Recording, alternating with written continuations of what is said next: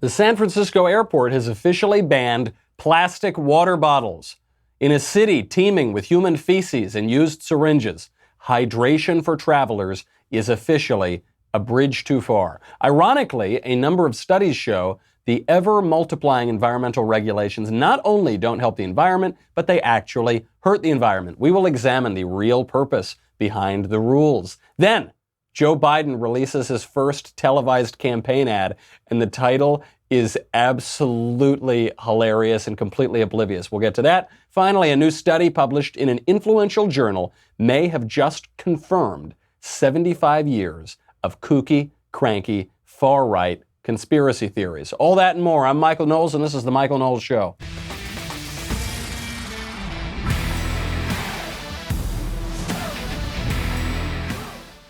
What a show today. Thank goodness I have my reusable leftist tears tumbler. Otherwise, I think the police would come in and arrest me. I think it would be a capital offense if I had a reusable water bottle here. But the leftist tears tumbler is there to protect you at all times from the floods of leftist tears and from the increasing environmental regulations. We'll get to these nonsense regulations and what they really mean, because they are certainly not about protecting the environment. But first, let me tell you why I feel so good, why I wake up so refreshed, and that would be Boll & Branch. Boll & Branch sheets, everything they make from bedding to blankets is made from pure 100% organic cotton. That means they start out super soft and they get even softer over time. And what you do is you buy directly from them so that you are essentially paying wholesale prices. One of the perks of my job is that on occasion, on a handful of times, I've gotten to stay at really, really nice hotels. When I pay for my own hotels, I'm usually at the one on the side of the highway that costs $20 a night. But on occasion, I've gotten to stay at some really, really nice ones. And one of the best aspects of the really nice hotels is the bedding. You just feel so great. You can really feel the difference. First time I slept on one, I thought, I need to get these sheets. When you try to buy luxury sheets, they can cost up to $1,000 in the store. So obviously not going to do that. But Boll & Branch sheets are only a couple $100. The way they do it is they cut out the middleman. They can go straight to you, and they are absolutely incredible. I love my Boll & Branch sheets. I give them out as gifts to my friends and family. I really, really believe in this product. I love them. If you want to get me a present, I don't know, Christmas is coming up in 5 or 6 months. Boll & Branch is a wonderful way to do it. Shipping is free. You can try them for 30 nights. If you don't love them, send them back for a refund. You're not going to want to send them back. I'm promising you that. There is no risk, no reason to not give them a try. You can get started right now. Right now, my listeners get $50 off your first set of sheets. Don't say I never did nothing for you. That's a pretty good deal. Go to bollandbranch.com, promo code Michael. Go to BOLL and branch.com, promo code Michael, MICHAEL. That's the only way to get your $50 off your first set of sheets. bollandbranch.com, promo code Michael. We have got to talk about something that's not as comfortable, that's not as convenient, that's not as luxurious, and that is all these stupid environmental regulations that are coming out. San Francisco Airport has officially banned plastic water bottles. That's the great scourge. This is the great political issue of our day, not open borders, immigration, economic turmoil, trade, war, IP theft. No, no, no. The big issue is plastic water bottles. This new regulation comes 3 years after California banned single-use plastic grocery bags.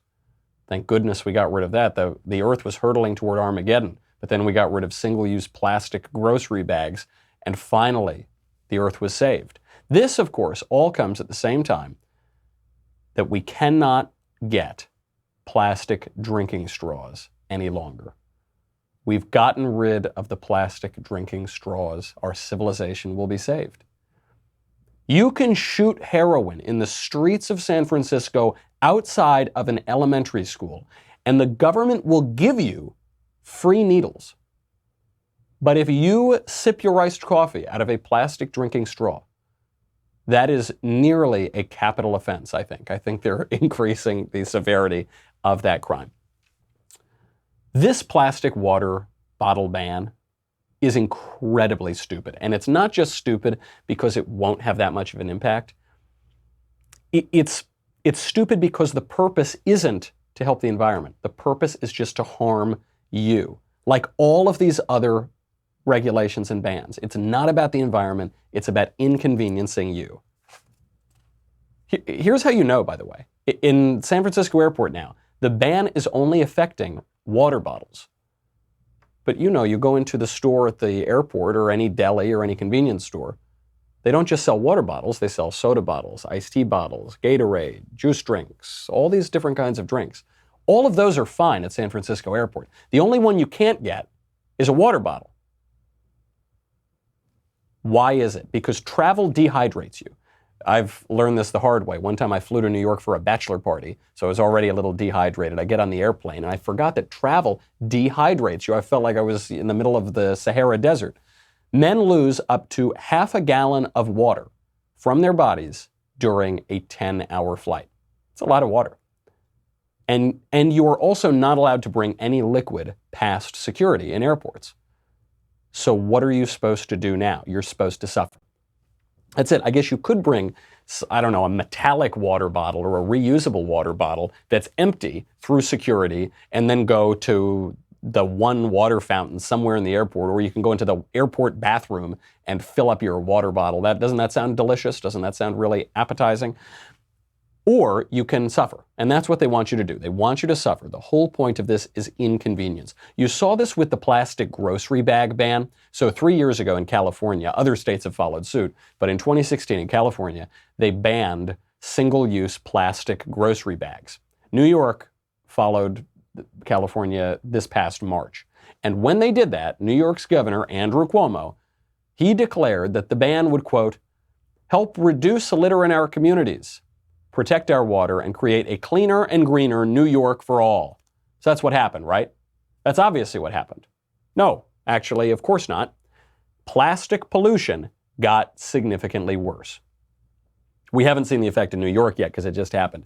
But in California, the ban actually caused more plastic pollution. How did it do that? How do we know that? There was a study out of the University of Sydney that showed that the ban on the single-use little thin nothing plastic grocery bags led to a massive increase in the sale of thicker, more environmentally damaging plastic garbage bags.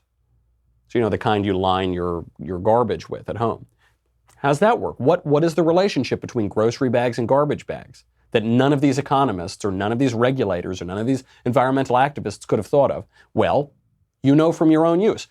Back in the good old days when we had plastic grocery bags, you would go, you'd get all your groceries, and then you'd save your plastic grocery bags, right? And if you're anything like my family, you'd save like 300 of them. You'd never use as many as you actually got, so you just have them in a pantry somewhere. But you would use them.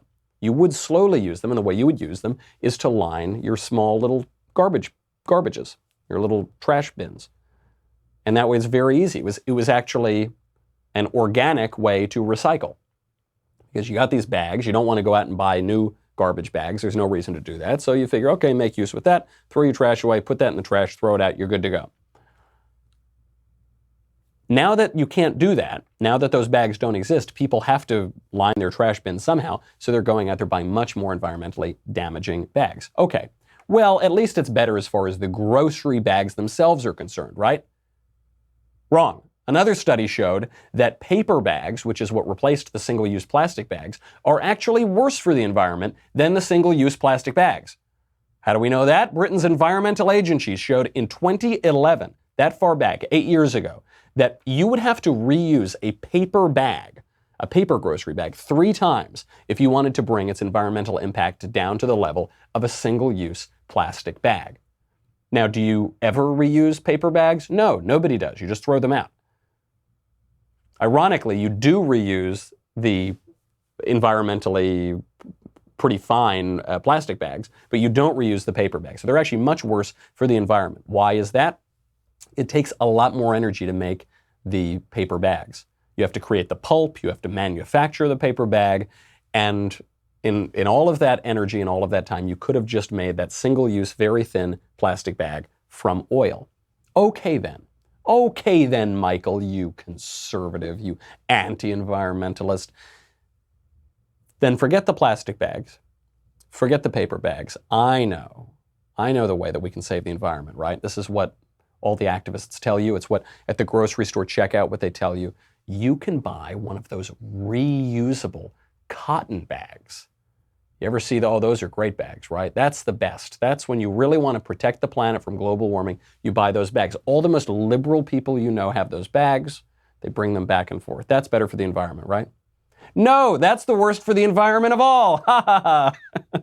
A headline from Quartz came out just this past April, quote, "Your cotton tote is pretty much the worst replacement for a plastic bag." Don't take my word for it. Listen to the scientists. 2018 study from Denmark's Ministry of Environment and Food found that cotton shopping bags need to be reused. How many times? You want to guess? So if you want to bring the paper bag down to the environmental impact level of a plastic bag, you got to reuse it 3 times. Do you know how many times you got to reuse a cotton shopping bag? 20,000 times. I'm not going to go to the grocery store 20,000 times in my life. I go like twice a year anyway. But you're not going to do it. And really what people do is they buy the bags and they use them 1 or 2 times and they forget about them and then they lose them somewhere. And then you buy another bag. So now you're up to 40,000 times. How many times are you going to repeat that cycle? You're going to have to reuse these bags like 200,000 times before you can bring the environmental impact down to a single plastic bag. This was the worst option. So what did this study out of Denmark find? What is the best way to protect the environment in your grocery shopping endeavors? The good old plastic grocery bag. Now, okay, maybe the environmentalists just got it wrong. Look, the road to hell is paved with good intentions, sure enough. Now they've seen the error of their ways. Have the environmentalists changed their tune? Are they saying, oh gosh, we got to ban those cotton bags, so let's bring back those plastic bags? No, of course not. Because it's not about protecting the environment. It's just about inconveniencing you. This is a big difference between conservationism and environmentalism. Conservation, Teddy Roosevelt loved conservation, right? A lot of conservatives love conservation. It's where we protect the natural environment because we like it. We like the beautiful landscapes. We like the deer. We want to protect all the deer so that we can go out and hunt and kill the deer and then eat the deer. We like the environment for our pleasure. Environmentalism flips that calculus. And in environmentalism, it is no longer the idea that we're preserving the environment for our benefit. It's that we are serving the environment.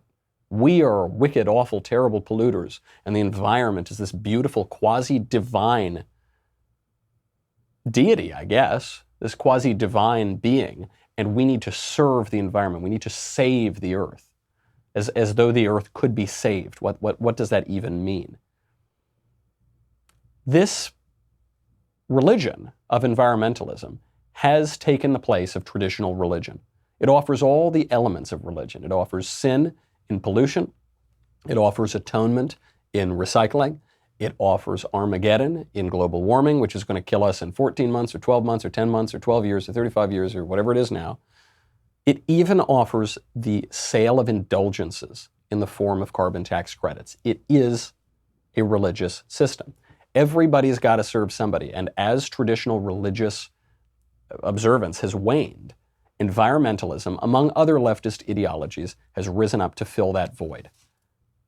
You see this perhaps most clearly, not even just in the United States with the plastic water bans in San Francisco airport. Look over in the United Kingdom. 2 big stories out of the United Kingdom. A 34-year-old mother of 3 put her recycling in the wrong color bag. So here we have black bags for trash or white bags for trash, and then we have blue bags for recycling. I guess they have the same in the UK. And she went to her borough council to get the correct bags to be used for recycling, and they didn't give her the bags. So then she got permission to use the black bag, which is usually for trash, for her recycling. So she's still recycling. She's still separating it and putting her recycling out there. Do you know what happened to this poor woman? She was arrested and thrown in jail for still recycling, but not recycling in the correct color bag. How did they catch her? They found her on a closed-circuit TV camera putting out the wrong color bag on the day for the recycling, so they arrested her and threw her in jail. The color of the bags in no way affects the environment, right? Of course not. But it does affect the moral dictates of the Church of Environmentalism. Also in the UK, completely on the other side of this, the country's most prominent environmental activists, Prince Harry and Meghan Markle, just flew on a private jet to stay with their good friend Elton John in Nice. This was their 4th trip on a private jet in 11 days. Fine, I don't care. They can fly on as many private jets as they want, except at the exact same time, just last month, Harry and Meghan posted on Instagram about how important it is to protect the environment. This is the post, quote, "As a continuation of our monthly social awareness approach to shine a light on the accounts that are working toward positive change, for the month of July, we turn our attention to the environment. There is a ticking clock to protect our environment. With climate change, the deterioration of our natural resources, endangerment of sacred wildlife." Sacred? What? Like we're worshiping the wildlife? What does that even mean? "The impact of plastics and microplastics and fossil fuel emissions," like the sort that are emitted from private jets. The post goes on, "We are jeopardizing this beautiful place we call home for ourselves and for future generations. Let's save it. Let's do our part." Okay, now, you could say it was just some staffer at the palace posting that. Harry and Meghan didn't post that. They're not really that intense about the environmental thing. They're not really being hypocrites. They're just caught up in the royal family. No, it goes on. The Duke of Sussex, Prince Harry, gives a quote, "Environmental damage has been treated as a necessary byproduct of economic growth. So deeply ingrained is this thinking that it has been considered part of the natural order that humankind's development comes at the expense of our planet. Only now are we starting to notice and understand the damage that we've been causing. With nearly 7.7 billion people inhabiting this earth, every choice, every footprint, every action makes a difference. Please visit the accounts we're following this month to figure out how you can create change and help save our planet. We can only do this together, and every little bit helps. Every little bit helps. Every footprint, every action makes a difference. Except for private jets, 4 times in 11 days. Economic growth is the problem. You see, economic growth is not worth environmental degradation. A trip to Uncle Elton's house in Nice, that is worth environmental degradation, but not economic growth. Because economic growth just affects like all those poor people, all those common people. It doesn't look as good on an Instagram post when you're the prince. This is religious hypocrisy. This is the same as any other sort of religious hypocrisy. The guy who sits in the front pew at church on Sunday, and then he spends Monday through Saturday boozing and gambling and womanizing and lying and cheating. It's not just failing to live up to one's own standards, which we all do. We all fail to live up to our standards. That's not an argument against having standards. It's not just like Prince Harry and Meghan Markle and these other leftist environmentalists who take private jets everywhere, Leo DiCaprio or somebody. It's not just that they're failing to live up to their own standards. It's not just that they're failing to live according to their ideology. They're just ignoring their ideology. They just do it. They just fly private 4 times in 11 days. They don't really believe what they're saying. They're just pretending to believe it to conform to what has become the new secular moral order, a big part of which is environmentalism. They want you to pretend to care about nature and then not do anything to protect it. But you got to pretend, because we need a moral order, and in a secular atheistic society, environmentalism is going to fill that gap. I think you should do the opposite of that. I think you should stop virtue signaling on the environment. I think you should not yammer on about the environment and post about it on Instagram. And then you should protect the natural environment because it's nice and I like beautiful things. And by the way, if you want to protect the natural environment, when you're picking out your grocery bag, save the earth. Don't recycle. We got to get on to 2020. 2020 is, I've got to move away from the environment. I'm getting too wrapped up here in saving the earth by constantly using plastic grocery bags. So we got to move on to 2020, which it won't matter if we save the planet anyway, because our country is going to be in ashes if the Democrats win. Joe Biden has released his first TV ad, and you could not have possibly scripted this ad any better. Joe Biden, the 76-year-old doddering candidate in the race who can't even remember his own URL for his campaign website, he has titled His first TV ad, Bones. Take a listen. We know in our bones this election is different. Stop it right there. We know in our bones. We feel it in our bones that this election is different. I feel it in my bones because I don't have anything else to feel. I'm Joe Biden, a bag of bones. Vote for me to be your president. I'm a skeleton. Joe Biden really leaning in to the age issue. It's like this classic thing with Biden. He can't help but put his foot in his mouth. I mean, even this, who cares, right? I mean, he's an old guy. But just, if you're writing this, if it's going through all the different stages of production, post-production, it's being released, this is your first television ad, like, don't call it bone. Don't call it bones. Don't use bones as the first. It just reminds people that you are 1,000 years old. Okay, continue. The stakes are higher, the threat more serious. We have to beat Donald Trump. And all the polls agree Joe Biden is the strongest Democrat to do the job. No one is more qualified. For 8 years, President Obama and Vice President Biden were an administration America could be proud of. Our allies could trust and our kids could look up to. Together, they worked to save the American economy, to pass the historic Affordable Care Act, protecting over 100 million Americans with pre-existing conditions. Now, Joe Biden is running for president with a plan for America's future. To build on Obamacare, not scrap it. To make a record investment in America's schools. To lead the world on climate. To rebuild our alliances. Most of all, he'll restore the soul of a nation. Battered by an erratic, vicious, bullying president. Strong, steady, stable leadership. Biden, president. I'm Joe Biden, and I approve this message.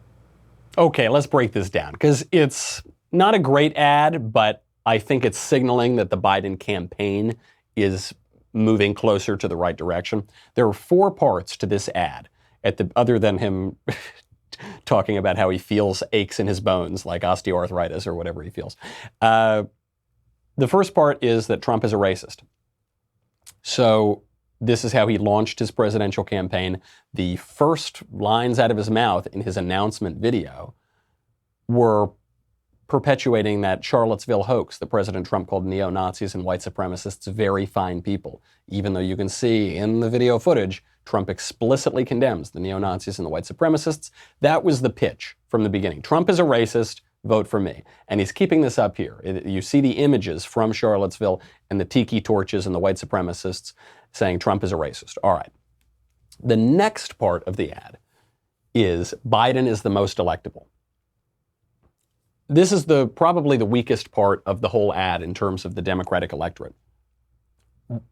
They already got burned on this argument. Hillary's argument in 2016 was, vote for Hillary, Hillary is the most electable. Don't vote for Bernie Sanders, don't vote for that other guy who played guitar on The View, what was his name, Martin O'Malley. Don't vote for anyone else. I mean, don't vote for any of the other candidates who wanted to get into the race, but didn't because Hillary was the inevitable electable candidate, actually including Joe Biden. Don't do that, Hillary's the most electable. And then guess what? She didn't get elected. So I don't think the electability argument is really going to work. This was the argument for John Kerry in 2004. Vote for John Kerry. He's moderate. He's normal. He's the most electable. Guess what? He didn't get elected. Actually, one of the arguments against Barack Obama in 2008 and for Hillary Clinton was Hillary is the electable candidate and America's never going to elect a guy named Barack Hussein Obama to be the president. Even forget the issue of race. Even just his name sounds so foreign. We're just fighting a war against a man named Saddam Hussein. It ain't going to work. Don't vote for him. He's not electable. And then what happened? He did get elected because he actually offered a vision. It was a pretty vague vision. It was a pretty leftist vision. But he offered something that Hillary Clinton did not. And Joe Biden is falling into this trap of just vote for me. I'm the most electable. You're only the most electable if you get elected, buddy. And Joe Biden's poll numbers are still strong. He's still leading the pack, but just barely. One poll has him tied with Elizabeth Warren at this point statistically, and he keeps dropping as other candidates keep rising. So that's pretty weak. Then the third part of his ad is pretty good, which is he's tying himself to Obama. It's a tough play because Obama is sort of passé now in the Democratic Party, but if Obama comes out and endorses Biden, that would be a huge help to to Biden. Obama hasn't done it yet, but Biden should keep sucking up and try to get him to do it. Michelle Obama is very popular. At this point, she might be more popular than her husband. She had that best-selling book. The Democrats love her. If he could try to get her support, that would be very helpful. Tying himself to Obama's legacy is probably a good idea in any circumstance, but it's especially an important idea in this circumstance because what else does he have? He's been in politics for 50 years. He didn't accomplish anything in the Senate other than hold up the Clarence Thomas hearings in 1991 and pass a crime bill in 1994. It was a very good crime bill, but he's got to run away from that aspect of his career now because the Democrats are going soft on crime and law enforcement. So the only thing he's got is that he was the vice president to a relatively popular president named Barack Obama. Tying him, that's a good point. Then he closes the ad on Trump is a jerk, basically. Trump's a terrible guy, and I'm going to restore the soul of this nation. Biden has vacillated in this campaign between being the moderate candidate in the Democratic Party. I say moderate only relatively. He's still a pretty left-wing guy, but compared to, I don't know, Beto O'Rourke or Kamala Harris or Elizabeth Warren, he's pretty moderate. He's vacillated between that and between being the hard left radical, saying he no longer supports the Hyde Amendment. He now supports taxpayer funding for abortion. Oh, he's trying to veer to the left. He's not going to win that way. He's not going to win by being somebody other than Joe Biden. So I think if he doubles down on this, I'm the legacy of Obama, I'm going to continue the Obama era. I'm going to bring us all back to that good era before that awful, mean old orange man, the Mango Mussolini, came in and made everybody angry. That could go somewhere, but he just keeps putting his foot in his mouth. I'm not convinced that this is going to be enough. Even just the way the ad is made, it's like old TV. It looks like it's from 2 campaign cycles ago. Meanwhile, you've got President Trump, who is the king of social media. He's always ahead on the media. He's a king of the media and a creation of the media. I mean, he's kept himself in the headlines for 40 years at this point. Someone who's going to use the same old tired traditional media strategies, even if he makes it through the primary election, probably not going to have an easy time in the general. We have got to get to my favorite news story of the entire day, which is about your precious bodily fluids. It's about a conspiracy theory from all those far-right kooks that has gone on for 50 years, more than that, 75 years at this point. And everyone discredited it, and then it turns out a study shows it might have been true. We'll get to that at the end of the show. I've got to bring on my friend Matt Best, who's here, and I've got to say goodbye to Facebook and YouTube. You are almost out of time to purchase tickets to our Backstage Live show tomorrow night, August 21st, at the incredible Terrace Theater in Long Beach, California. We don't do a lot of these shows. This is going to be the only one this year. It's going to be an incredible amount of fun. Ben Shapiro, Daily Wire, God King, Jeremy Boring, Andrew Klavan, and, most importantly, me. We will be talking politics and pop culture. Best of all, we'll be answering your questions from the audience. I love these events. Again, we don't do a ton of them, but when we have done them, they are so fun. It's so great to get to talk to everybody. Tickets are available at dailywire.com/backstage. There are still a few VIP ticket packages available, which include premium seating, photos, and meet and greets with each of us, a gift from Mr. Shapiro, and more. They're almost gone, so head on over to dailywire.com/backstage and get yours today. Go to Daily Wire. We'll be right back with a lot more.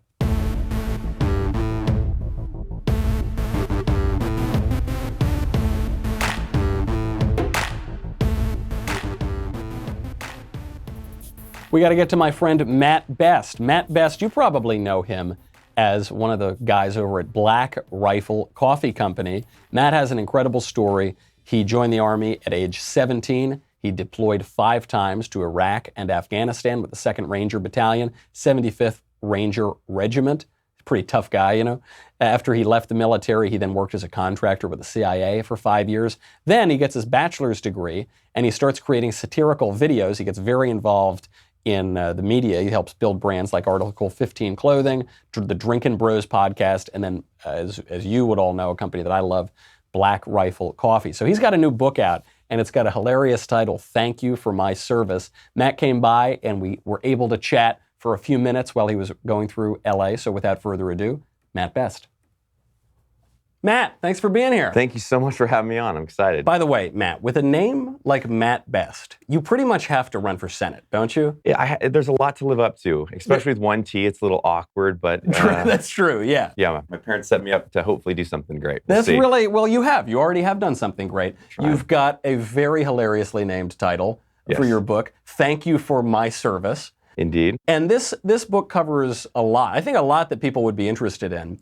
I know people are interested in you because of your coffee. I know that for a fact. I know my listeners are interested in that. But also, it occurs to me, something like 1% of Americans serve in the military at this point. Yep. I have a lot of military members in my family, so I kind of lose sight of that. The majority of Americans probably have little to no contact with anybody who's actually served in the armed forces. That's fair to say, and that's really the whole reason I wanted to write this book, to kind of discuss the internal workings of being in special operations and loving my job. I think too often people that don't understand the veteran community paint us as kind of depressive failures and victims. I think we're the complete antithesis of that. I think that we're successful and motivated, and I kind of wanted to combine that all into one crazy package and then tell some fun war stories. I've had some veteran pals of mine have said this. They say one of the big issues in our current culture, which basically rewards victimhood, this leftist kind of, if you can claim victimhood, you get special privileges, that in some ways it's actually turned military veterans, who should be the most heroic, the most honored, in our society, they've turned them into a special victim class too. Absolutely. I mean, if you look at any Hollywood movie out there, it's just the veteran comes back from war, his puppy dies, he gets addicted to depressive medication, whatever the case, self-medication. And, while there are issues about people coming back from war that need to be addressed, I think the larger part of the veteran community that comes back is motivated and successful. And I really want to change that narrative in Hollywood and just in civilian culture as a whole. So what do you think the biggest misconceptions are? Obviously, this idea that military members victimhood, exactly what you said. I think when people, they don't know if they say, thank you for your service. But, when I come back and someone finds out I have 5 deployments in Ranger Battalion, it's almost like, oh, I can't imagine what you've seen. I signed up for that job to go participate in the defense of America and willingly and knowingly go take care of bad guys that want to kill innocent Americans. So I'm just thankful for the opportunity to go serve my country. And I want people to know that there's guys and gals out there just like that. And you've also, when you came back, you've had an incredibly successful career as a civilian. Yes, I got out and, went through a couple transition things, and then I went as a contractor for 5 years. So I spent almost 3 years plus on the ground in that capacity, which I learned a lot from there. And then that transitioned into entrepreneurship and trying to create something special. What about your military service do you think translated to the business side? Is that, because we hear, veterans are the best workers, obviously. They're very disciplined, obviously. They're very courageous. Is that overblown, or do you think that your experience in the military really has helped you as an entrepreneur? 100%. I think something, especially in the special operations community, is creative problem solving. So looking at a very complex problem and then activating the team to navigate that. And I think that's what business is. You're presented with all these challenges every day. The stress is immense, but you have to rally that team and solve the problems and keep moving forward. And that's a reason why we hire so many veterans at Black Rifle Coffee. For that sole reason is they have such a diverse set of skills that honestly, I don't know where else you'd find someone with that other than the veteran community. And it's funny because you do stand out a little bit to me in that a lot of my veteran friends they're not very verbose. They're not very loquacious. They're men of few words. And you're kind of like a triple threat. I mean, obviously, you've got this service physically. You're like a pretty tough guy. Wouldn't want to meet you in a back alley anywhere. You also have this business acumen, this business brain. But you're also good on camera. I mean, you've also been able to really master this moment in social media, use that to help your business, use that to obviously communicate through your book. Are you unique in that regard? I mean, how did you develop those skills? I don't think so. I've just activated on those skills. Again, I don't think that being a veteran should define you for the whole rest of your life. It's merely a guideline of who I am today. And I've always loved art and being a creator and an ideator. And so given the opportunity post-military, I kind of took all my experiences and started YouTube videos to make people laugh and engage my community. And I think that's what's most important about telling this story is whether you're into artistry or drawing or making cups, mugs, whatever you want to chase in life, you can do it. And don't let anybody restrict you from doing that. one thing I love about Black Rifle coffee, actually my favorite thing about Black Rifle coffee, is it's very good tasting coffee. This is the thing. I don't care how many veterans you employ. If it's not good tasting coffee, maybe I'll buy it, but I'll probably just throw it out. I love that it's great tasting coffee.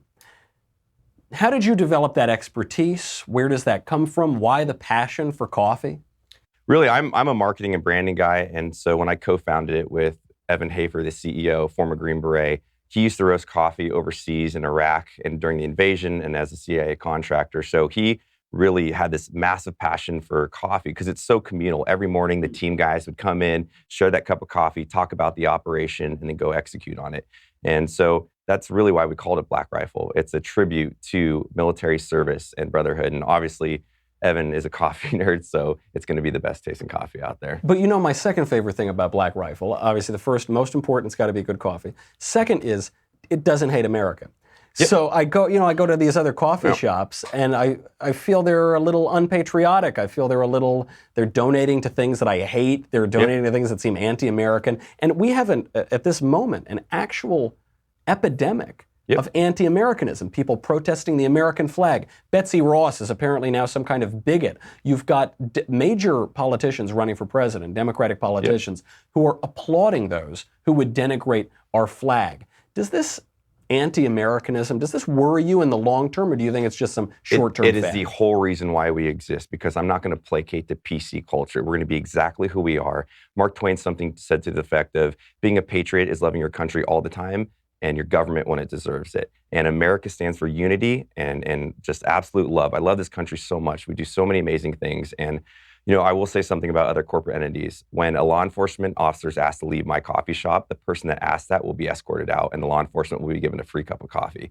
I can't stand for that. It's absolutely atrocious that we're treating civil servants and veterans this way. It's got to change, and if not, I got to do it, right? And by the way, you know, one of the lines that we keep pointing out is "Get woke, go broke." So there's this very small group of leftist agitators who wants to tear down the whole country, basically, and they want to protest the flag.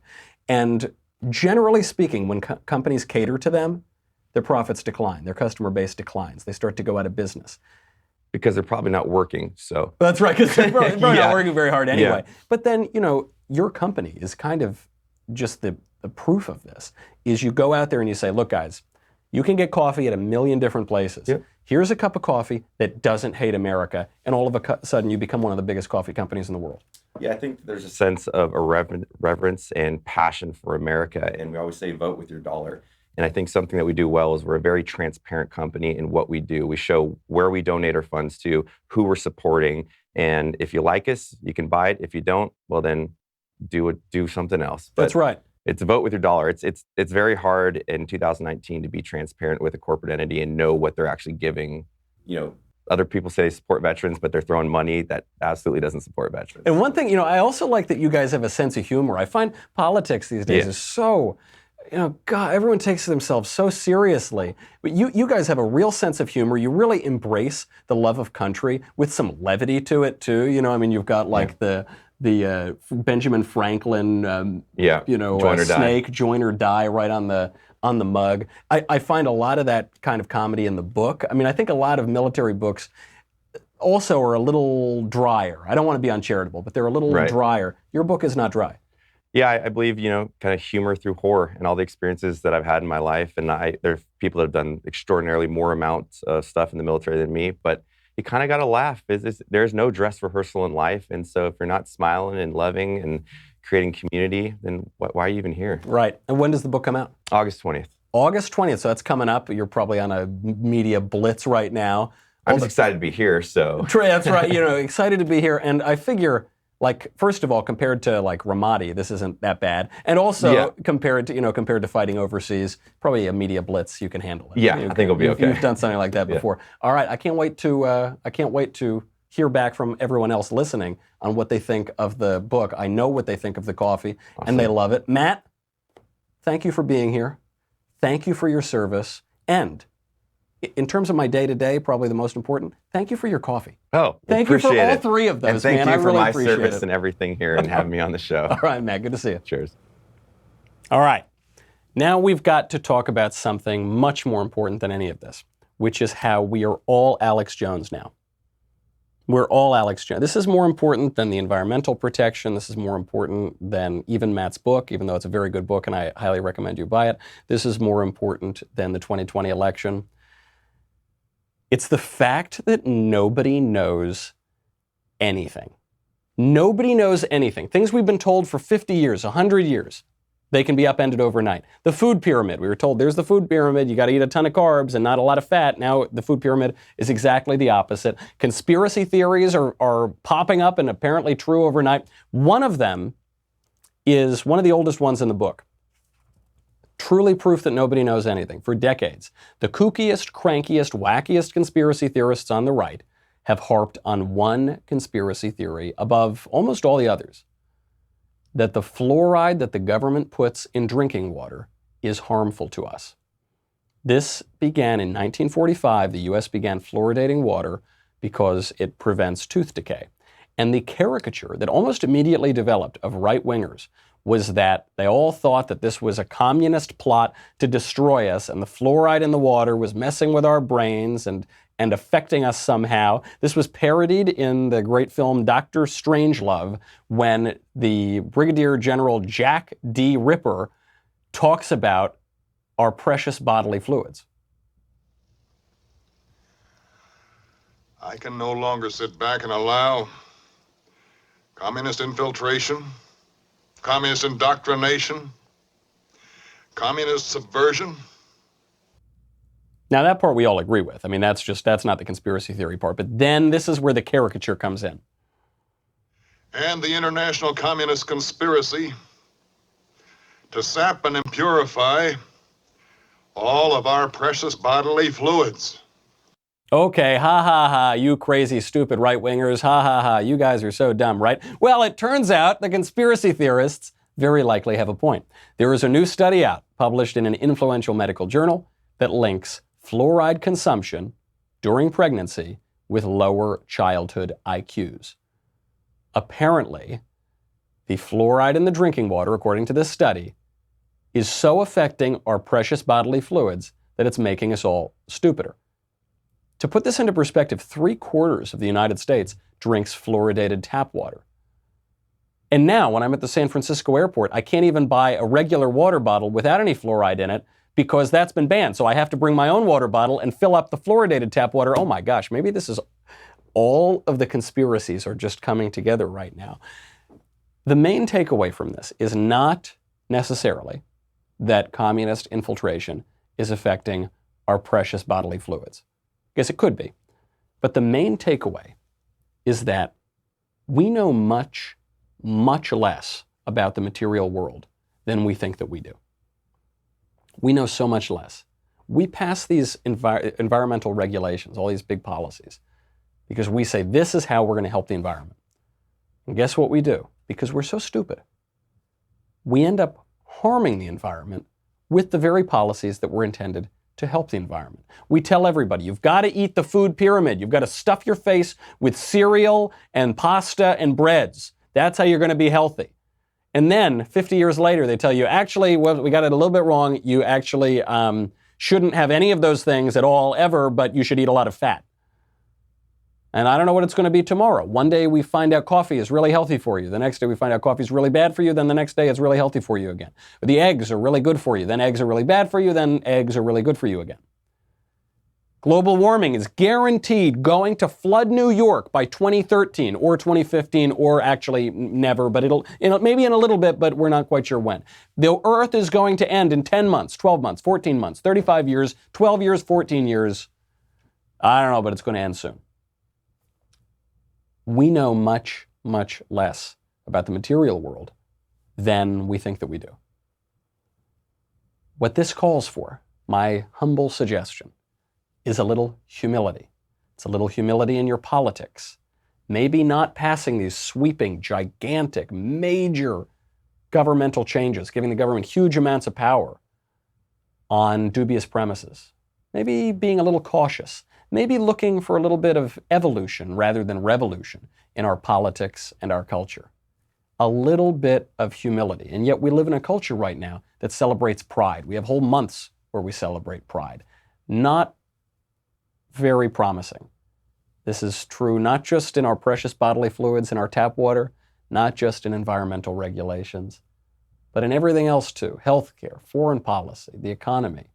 A little humility goes a long way. But how can you ever recapture humility in a culture that celebrates pride? That's our problem. We'll have to figure it out, but we won't be able to figure it out today because we're out of time. I will see those of you who are going to be at Long Beach tomorrow live at our Daily Wire Backstage Live event. No show tomorrow. We'll be back on Thursday and do a Friday show. In the meantime, I'm Michael Knowles. This is The Michael Knowles Show. See you soon.